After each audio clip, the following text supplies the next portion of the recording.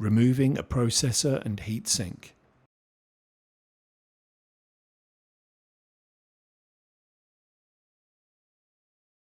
Remove the server cover. If necessary, remove all the flash power modules. Remove the air baffle. Fully loosen the Torx T30 nuts on the PHM, following the removal sequence shown on the heatsink label. Push the anti-tilt wire bales inward. Carefully lift the PHM from the processor socket.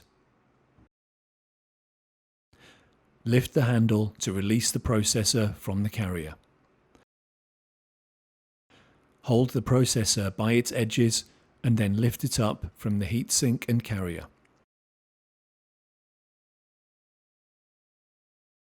Note: without putting the CPU down, wipe the thermal grease from the top of the CPU with an alcohol cleaning pad.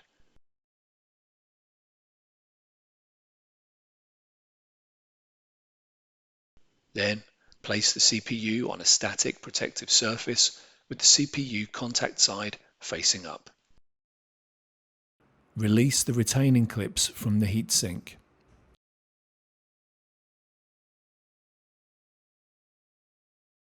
Lift the carrier from the heatsink.